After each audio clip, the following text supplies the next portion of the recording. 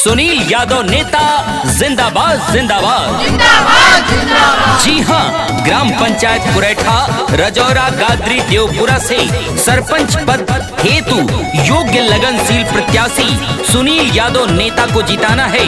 चुनाव चिन्ह फल सहित नारियल का पेड़ पर मुहर लगाना है और इस बार अपने गांव का सरपंच सुनील यादव नेता को ही बनाना है। सुनील यादव नेताजी को जिताना है चुनाव में। सुनील यादव नेताजी को जिताना है चुनाव में। चर्चा हो गई पूरे गांव में, अब सरपंच इन्हें बनाना है चुनाव में। चर्चा हो गई पूरे गांव में, सुनील यादव नेताजी को जिताना है चुनाव में। चर्चा हो गई पूरे गांव में। जी हाँ, सबको देखा बार बार सुनील यादव नेता अब की बार, तो याद रखना फल सहित नारियल का पेड़ को न भुलाना, उसके सामने ही मुहर लगाना और अपने गांव का सरपंच योग्य लगनशील जुझारू ईमानदार प्रत्याशी सुनील यादव नेता को ही बनाना। अपना मुखिया सुनील यादव नेता को ही चुनना। सुलभ शौचालय नाला नाली बनवाएंगे, घर घर भैया सोलर लाइट लगवाएंगे। सुलभ शौचालय नाला नाली बनवाएंगे, घर घर भैया सोलर लाइट लगवाएंगे। अवसर देना सेवा का पड़ते हैं पाँव में।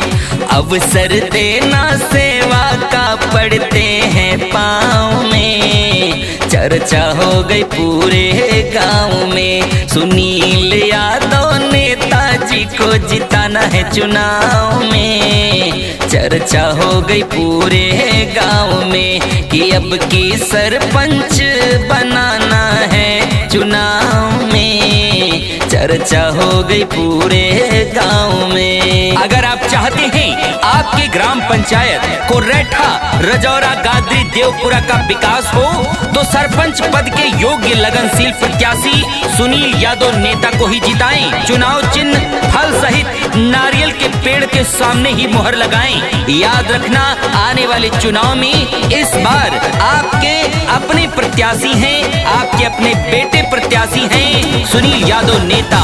युवा प्रत्याशी का करना सपोर्ट है, अब की सुनील यादव नेता को ही देना वोट है। युवा प्रत्याशी का करना सपोर्ट है, अब की सुनील यादव नेता को ही देना वोट है।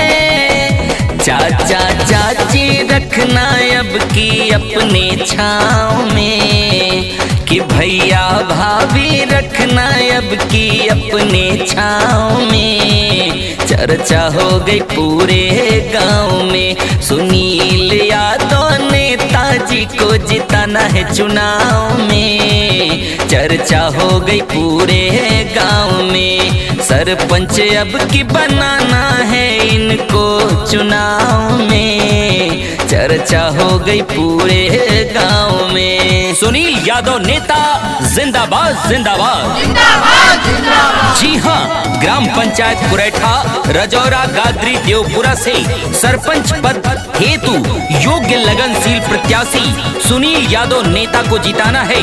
चुनाव चिन्ह फल सहित नारियल का पेड़ पर मुहर लगाना है और इस बार अपने गांव का सरपंच सुनील यादव नेता को ही बनाना है। सुनील यादव नेताजी को जिताना है चुनाव में।